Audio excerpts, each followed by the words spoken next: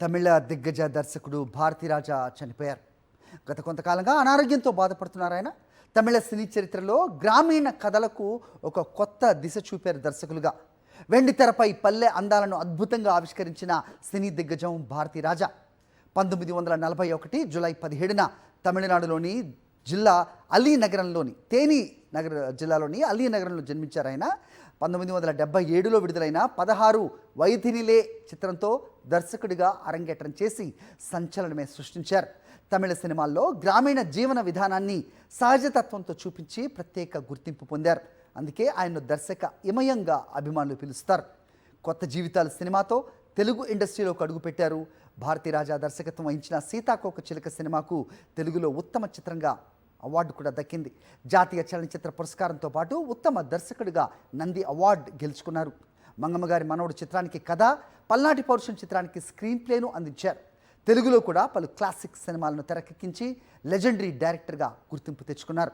ఆయన దర్శకత్వం వహించిన సీతాకోక చిలుక, ఆరాధన, జమదగ్ని సినిమాలు ఇండస్ట్రీలో బ్లాక్ బస్టర్గా నిలిచాయి.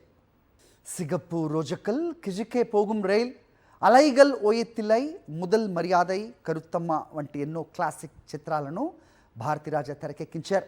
తమిళంతో పాటు తెలుగు, హిందీ భాషల్లో సినిమాలు రూపొందించారు. తన సినిమాల ద్వారా రాధా, రాధిక, రేవతి, కార్తీక్ తదితర నటీనటులను సినీ పరిశ్రమకు పరిచయం చేశారు.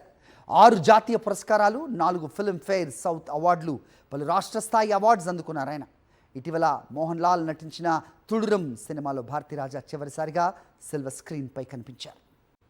భారతీరాజా సినీ రంగానికి చేసిన సేవలకు గుర్తింపుగా 2004లో భారత ప్రభుత్వం పద్మశ్రీ పురస్కారంతో ఆయన్ను సత్కరించింది.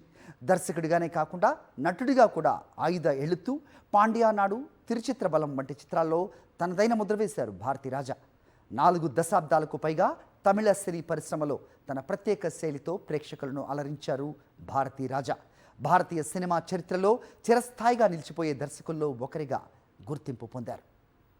దిగ్గజ దర్శకుడు భారతీరాజా మృతి పట్ల వైఎస్ఆర్సీపీ అధినేత, మాజీ ముఖ్యమంత్రి వైఎస్ జగన్మోహన్ రెడ్డి తీవ్ర దిగ్భ్రాంతి వ్యక్తం చేశారు.